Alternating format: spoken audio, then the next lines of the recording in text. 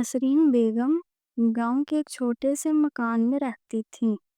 शोहर मंजूर अहमद एक दयानतदार स्कूल टीचर थे जो रोजाना साइकिल पर स्कूल जाते और शाम को बच्चों के लिए टॉफियां लेकर आते थे। मंजूर अहमद और नसरीन के 3 बच्चे थे, समी, फरहान और हिरा। नसरीन बेगम ने हमेशा खानदान को समेटे रखा। शोहर की खिदमत, बच्चों की परवरिश और घर का इंतजाम, सब कुछ एक मुकम्मल माँ और बीवी की तरह। फिर एक दिन अचानक मंजूर अहमद को दिल का दौरा पड़ा और वो दुनिया छोड़ गए। जिंदगी का वो सुकून जिस पर नसरीन बेगम का सारा भरोसा था, अचानक जमीन बोस हो गया। शोहर के जाने के बाद नसरीन बेगम ने सिलाई मशीन संभाल ली। मोहल्ले की औरतों के कपड़े सीकर बच्चों की तालीम का बंदोबस्त किया। वो खुद पर खर्च न करती, सारा ध्यान सिर्फ बच्चों पर होता।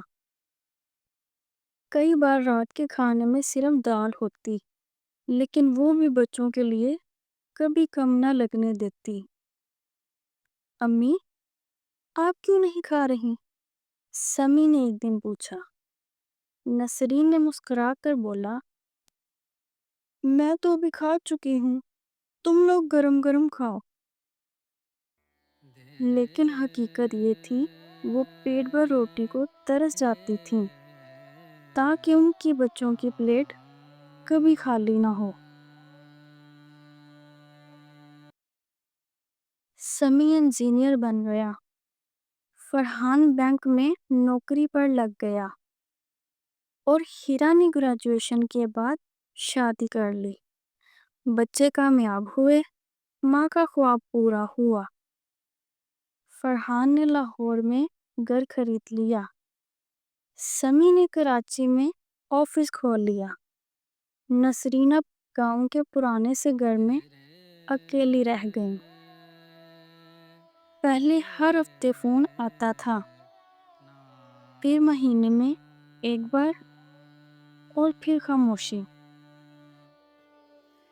नसरीन बेगम की आंखें दरवाजे पर रहती, जैसे किसी की आहट की मुंतजिर हों।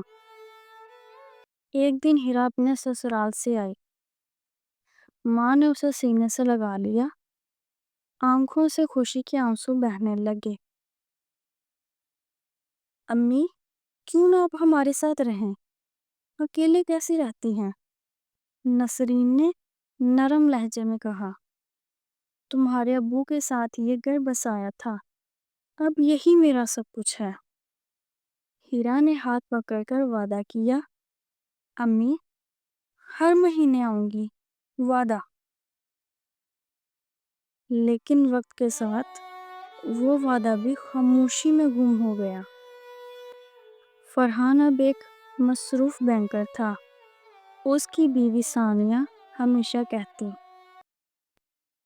आपकी माँ गांव में खुश है, उन्हें क्यों जबरदस्ती शहर बुलाएं? फरहान कभी हाँ कभी ना कहकर खामोश हो जाता।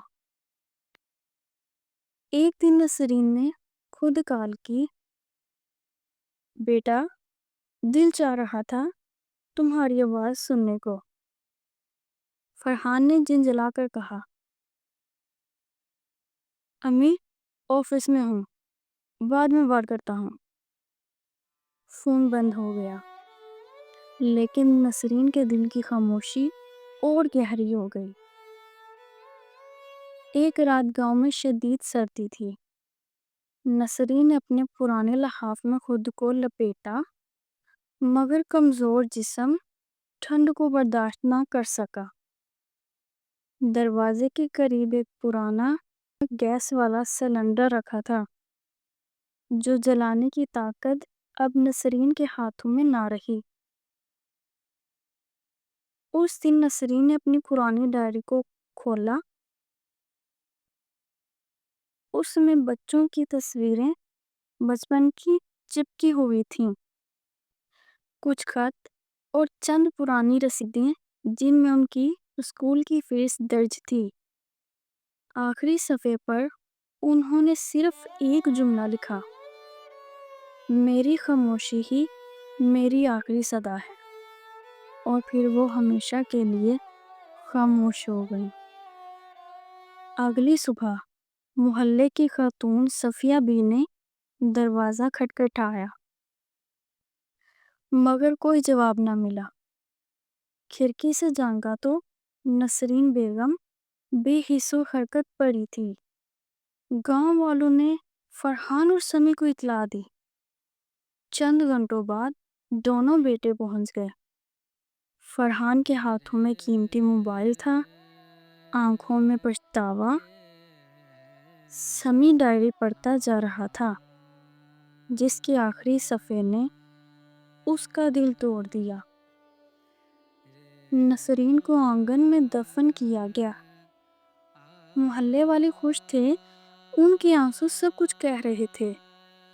بچوں نے گاؤں کا گھر نہ بیچا، نہ چھوڑا، بلکہ اسے ایک امی ہاؤس میں بدل دیا، جہاں ہر ماں آ کے رہ سکتی ہے جو بچوں کے ہوتے ہوئے بھی تنہا ہو۔ ماں باپ کی محبت وہ قرض ہے جو وقت پر ادا نہ کیا جائے تو صرف پچھتاوا رہ جاتا ہے۔ امی کی خاموشی دراصل ان تمام والدین کی صدا ہے جن کے بچے مصروف ہو گئے لیکن ماں کی آنکھیں آج بھی دروازے کی طرف لگی ہے۔